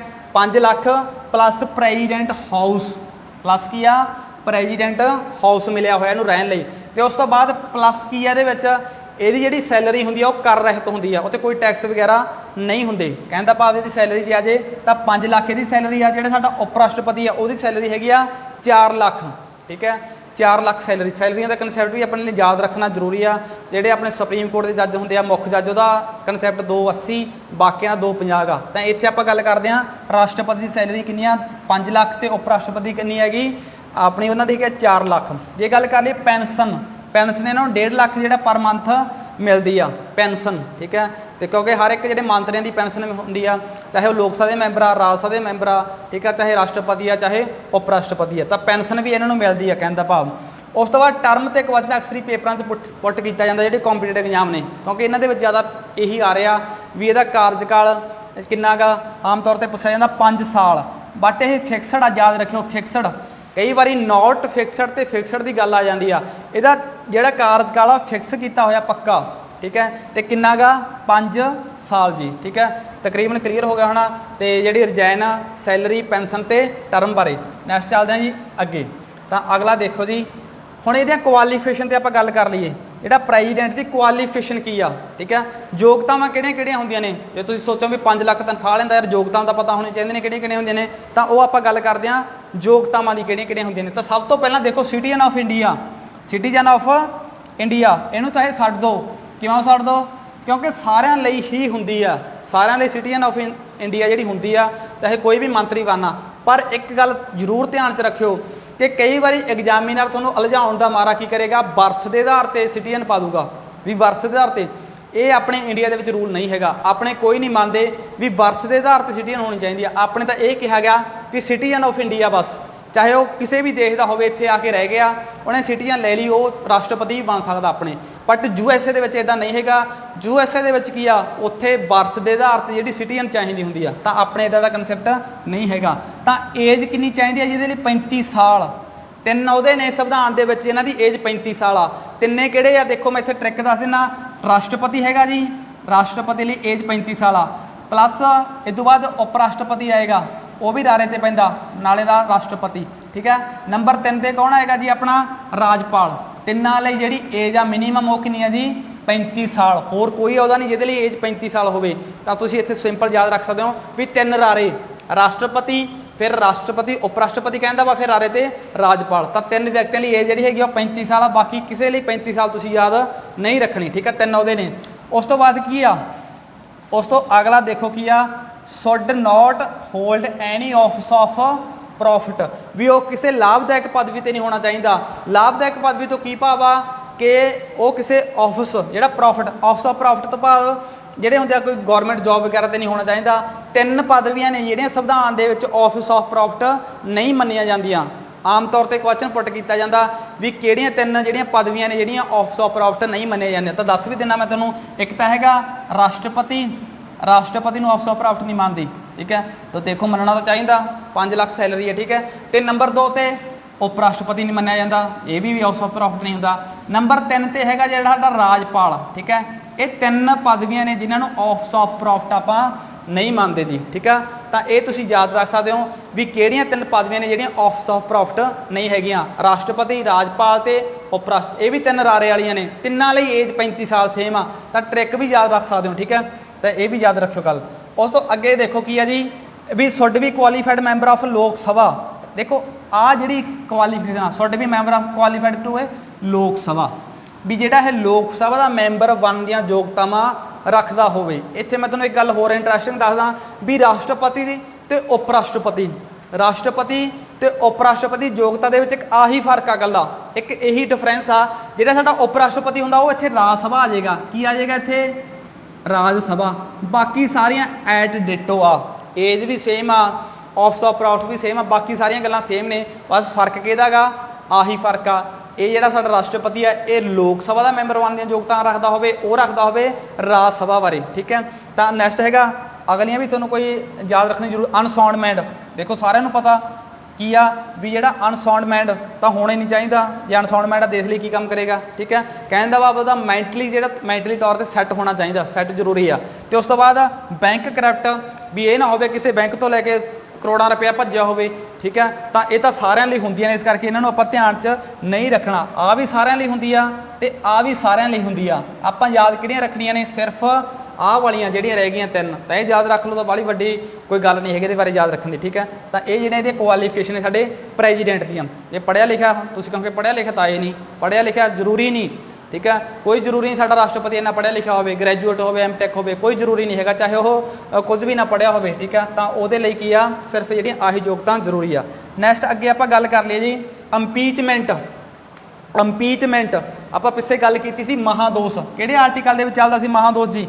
ਤਾਂ ਚੱਲਦਾ ਸੀਗਾ 61 ਦੇ ਵਿੱਚ। ਇੰਪੀਚਮੈਂਟ ਦਾ ਕਨਸੈਪਟ ਆਪਾਂ ਗੱਲ ਕੀਤੀ ਸੀ ਕਿੱਥੋਂ ਆਇਆ ਸੀ? ਅਮਰੀਕਾ ਤੋਂ। ਤਾਂ ਜਿਹੜਾ ਰਾਸ਼ਟਰਪਤੀ ਮਹਾਦੋਸ਼ ਦਾ ਮੁਕੱਦਮਾ ਚੱਲਦਾ, ਹੁਣ ਜੇ ਤੁਸੀਂ ਸੋਚੋਗੇ ਵੀ ਰਾਸ਼ਟਰਪਤੀ ਯਾਰ ਮਹਾਦੋਸ਼ ਦਾ ਮੁਕੱਦਮਾ ਆਪਾਂ ਚਲਾਉਣੇ ਆ, ਕਿਉਂ ਚਲਾਉਣੇ ਆ? ਸੋਚਣਾ ਤਾਂ ਬਣਦਾ, ਕਿਉਂਕਿ ਕਾਰਨ ਕੀ ਆ? ਦੋ ਕਾਰਨ ਨੇ ਇਹਨੂੰ ਹਟਾਉਣ ਦੇ। ਦੋ ਕਾਰਨ ਕਿਹੜੇ ਆ? ਨੰਬਰ 1 ਤੇ ਹੈਗਾ ਵਾਇਲੇਸ਼ਨ ਆਫ ਦਾ ਕਨਸਟੀਟਿਊਸ਼ਨ, ਵੀ ਸੰਵਿਧਾਨ ਦੀ ਉਲੰਘਣਾ ਕਰਨ ਤੇ ਜੇਕਰ ਸਾਡਾ ਕੋਈ ਰਾਸ਼ਟਰਪਤੀ ਸਾਡੇ ਸੰਵਿਧਾਨ ਦੀ ਉਲੰਘਣਾ ਕਰਦਾਗਾ ਤਾਂ ਉਸ ਨੂੰ ਹਟਾਇਆ ਜਾ ਸਕਦਾਗਾ। ਨੰਬਰ 2 ਤੇ ਕੀ ਆ? ਨੰਬਰ 2 ਤੇ ਹੈਗਾ ਇਨਕੰਪੈਸਿਟੀ। ਇਨਕੰਪੈਸਿਟੀ ਹੁੰਦਾ ਅਯੋਗਤਾ, ਅਯੋਗਤਾ ਦੇ ਆਧਾਰ ਤੇ ਇਹਨੂੰ ਹਟਾਇਆ ਜਾ ਸਕਦਾ। ਤਾਂ ਯਾਦ ਰੱਖਣਾ ਇਹਨੂੰ ਹਟਾਉਣ ਦੇ ਗਰਾਊਂਡ ਕਿਹੜੇ ਆ? ਤਾਂ ਦੇਖੋ ਜੀ ਗਰਾਊਂਡ ਕਿਹੜੇ ਕਿਹੜੇ ਆ? ਨੰਬਰ 1 ਤੇ ਸੰਵਿਧਾਨ ਦੀ ਉਲੰਘਣਾ ਕਰਨ ਤੇ, ਨੰਬਰ 2 ਤੇ ਇਨਕੰਪੈਸਿਟੀ ਅਯੋਗ ਹੋਣ ਦੇ, ਜਦੋਂ ਉਹ ਅਯੋਗ ਹੋਵੇ ਕੰਮ ਕਰਦੇ। ਤਾਂ ਇਹ ਦੋ ਕਾਰਨਾਂ ਕਰਕੇ ਕੀ ਕੀਤਾ ਜਾਊਗਾ? ਪ੍ਰੈਜ਼ੀਡੈਂਟ ਤੇ ਮਹਾਦੋਸ਼ ਦਾ ਮੁਕੱਦਮਾ ਜਿਹੜਾ ਉਹ ਆਰਟੀਕਲ 61 ਦੇ ਥਰੂ ਸ਼ੁਰੂ ਕੀਤਾ ਜਾਵੇਗਾ, ਜਿਹਦਾ ਆਪਾਂ ਆਈਡੀਆ ਕਿੱਥੋਂ ਲਿਆ? USA ਦੇ ਸੰਵਿਧਾਨ ਤੋਂ ਜੀ। ਠੀਕ ਹੈ, ਤਾਂ ਨੈਕਸਟ ਆਪਾਂ ਗੱਲ ਕਰਦੇ ਹਾਂ ਕਿਸ ਤਰ੍ਹਾਂ ਜਿਹੜਾ ਪ੍ਰੋਸੈਸ ਚੱਲਦਾ, ਕਿਹੜੇ ਤਰੀਕੇ ਨਾਲ ਹਟਾਇਆ ਜਾਂਦਾ ਪ੍ਰੈਜ਼ੀਡੈਂਟ ਨੂੰ। ਤੁਹਾਨੂੰ ਕੋਈ ਪੁੱਛ ਲੇ ਵੀ ਇਹਨੂੰ ਹਟਾਇਆ ਕਿਵੇਂ ਜਾਊਗਾ, ਸੰਵਿਧਾਨ ਦੇ ਵਿੱਚ ਕਿਹੜੇ ਤਰੀਕੇ ਨਾਲ ਹਟਾਵਾਂਗੇ ਆਪਾਂ? ਤਾਂ ਦੇਖੋ ਜਿਹਨੂੰ ਹਟਾਉਣ ਦਾ ਤਰੀਕਾ ਕੀ ਆ, ਪ੍ਰੋਸੈਸ ਕੀ ਆ। ਤਾਂ ਸਭ ਤੋਂ ਪਹਿਲਾਂ ਤੁਹਾਨੂੰ ਪਤਾ ਹੋਣਾ ਚਾਹੀਦਾ, ਕਈ ਵਾਰੀ ਪੇਪਰ ਦੇ ਵਿੱਚ ਪੁੱਛਿਆ ਜਾਂਦਾ ਵੀ ਰਾਸ਼ਟਰਪਤੀ ਦੇ ਮੁਕੱਦਮਾ ਸ਼ੁਰੂ ਕਿਹੜੇ ਹਾਊਸ ਦੇ ਵਿੱਚ ਕਰਾਂਗੇ, ਕਿਹੜੇ ਹਾਊਸ ਦੇ ਵਿੱਚ ਸ਼ੁਰੂ ਕਰਾਂਗੇ। ਠੀਕ ਹੈ, ਤਾਂ ਦੋ ਹਾਊਸ ਹੁੰਦੇ ਨੇ, ਇੱਕ ਤਾਂ ਲੋਕ ਸਭਾ ਹੁੰਦਾ, ਇੱਕ ਆਪਣਾ ਰਾਜ ਸਭਾ ਹੁੰਦਾ। ਤਾਂ ਤੁਸੀਂ ਯਾਦ ਰੱਖਣਾ ਜਿਹੜਾ ਮੁਕੱਦਮਾ ਹੁੰਦਾ ਆਪਾਂ ਕਿਸੇ ਵੀ ਹਾਊਸ ਦੇ ਵਿੱਚ ਇੰਟਰੋਡਿਊਸ ਕਰ ਸਕਦੇ ਹਾਂ। ਠੀਕ ਹੈ, ਤਾਂ ਦੇਖੋ ਲੋਕ ਸਭਾ 'ਚ ਵੀ ਕਰ ਸਕਦੇ ਹਾਂ ਤੇ ਰਾਜ ਸਭਾ 'ਚ ਵੀ ਕਰ ਸਕਦੇ ਹਾਂ। ਬਟ ਜਦੋਂ ਆਪਾਂ ਮੁਕੱਦਮਾ ਜਿਹੜਾ ਇੰਟਰੋਡਿਊਸ ਕਰਨਾਗਾ, ਜੇ ਆਪਾਂ ਪਹਿਲਾਂ ਲੋਕ ਸਭਾ 'ਚ ਕੀਤਾ ਤਾਂ ਇਹਦੇ ਵਿੱਚੋਂ 1/4 ਮੈਂਬਰਾਂ ਦੇ ਦਸਤਖਤ ਹੋਣੇ ਜ਼ਰੂਰੀ ਹੁੰਦੇ ਆ। ਜੇ ਆਪਾਂ ਮੁਕੱਦਮਾ ਜਾ ਕੇ ਰਾਜ ਸਭਾ ਸ਼ੁਰੂ ਕਰਦੇ ਹਾਂ, ਫਿਰ ਉੱਥੋਂ ਕਿੰਨੇ ਮੈਂਬਰਾਂ ਦੇ ਦਸਤਖਤ ਜ਼ਰੂਰੀ ਆ? 1/4 ਦੇ। ਕਹਿਣ ਦਾ ਆਪਾਂ ਦੋਨਾਂ ਚੋਂ ਹਾਊਸਾਂ 'ਚੋਂ ਕੋਈ ਜ਼ਰੂਰਤ ਨਹੀਂ 1/4 ਦੀ। ਜੇ ਆਪਾਂ ਪਹਿਲਾਂ ਪ੍ਰੋਸੈਸ ਇੱਥੇ ਸ਼ੁਰੂ ਕੀਤਾ ਇੱਥੇ, ਫਿਰ ਤਾਂ ਆਪਾਂ ਆਹ ਗੱਲ ਨੂੰ ਫੋਲੋ ਕਰਾਂਗੇ, ਇੱਥੋਂ ਸ਼ੁਰੂ ਕਰਕੇ ਦੂਜੇ ਹਾਊਸ 'ਚ ਭੇਜ ਦਾਂਗੇ। ਜੇ ਇੱਧਰ ਸ਼ੁਰੂ ਕੀਤਾ ਫਿਰ ਆਪਾਂ ਆਹ ਗੱਲ ਨੂੰ ਫੋਲੋ ਕੀਤਾਂਗੇ। ਠੀਕ ਆ, ਹੁਣ ਉਸ ਤੋਂ ਬਾਅਦ ਕੀ ਹੁੰਦਾਗਾ, ਇੱਕ ਇਹਨੂੰ ਦੱਸਣਾ ਵੀ ਜ਼ਰੂਰੀ ਹੁੰਦਾ। ਦੱਸਣਾ ਤਾਂ ਜ਼ਰੂਰੀ ਹੈਗਾ ਹੀ ਆ ਵੀ ਯਾਰ ਅਸੀਂ ਤੇਰੇ ਤੇ ਮਹਾਦੋਸ਼ ਦਾ ਮੁਕੱਦਮਾ ਲਿਆ ਰਹੇ ਹਾਂ। ਤਾਂ ਕਿੰਨੇ ਦਿਨ ਪਹਿਲਾਂ ਦੱਸਣਾ ਜ਼ਰੂਰੀ ਹੁੰਦਾ? ਉਹ ਹੁੰਦਾ ਜੀ 14 ਡੇ। ਠੀਕ ਹੈ, ਤਾਂ ਕਿੰਨੇ ਦਿਨ ਪਹਿਲਾਂ ਦੱਸਣਾ ਜ਼ਰੂਰੀ ਹੁੰਦਾ ਜੀ? 14 ਦਿਨ ਪਹਿਲਾਂ ਦੱਸਣਾ ਜ਼ਰੂਰੀ ਹੁੰਦਾ। ਇਹ ਆਮ ਤੌਰ ਤੇ ਹਮੇਸ਼ਾ 14 ਦਿਨ ਹੀ ਆਨਸਰ ਆਉਂਦਾ ਹੁੰਦਾ।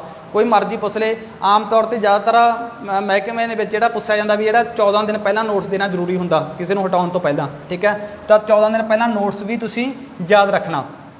ਉਸ ਤੋਂ ਬਾਅਦ ਕੀ ਹੁੰਦਾ? ਉਸ ਤੋਂ ਬਾਅਦ ਕੀ ਹੋਏਗਾ? ਦੋਨਾਂ ਸਦਨਾਂ ਦੇ ਵਿੱਚੋਂ, ਦੋਨੇ ਸਦਨ ਕਿਹੜੇ ਆ? ਬਾਰ-ਬਾਰ ਦੱਸ ਰਿਹਾ ਮੈਂ, ਲੋਕ ਸਭਾ ਤੇ ਰਾਜ ਸਭਾ। ਉਹਦੇ ਵਿੱਚ 2/3 ਮੈਂਬਰਾਂ ਦੇ ਦਸਤਖਤ ਹੋਣੇ ਜ਼ਰੂਰੀ ਹੁੰਦੇ, ਜਿਹਨੂੰ ਆਪਾਂ ਕਹਿੰਦੇ ਸਪੈਸ਼ਲ ਮੈਜੋਰਟੀ।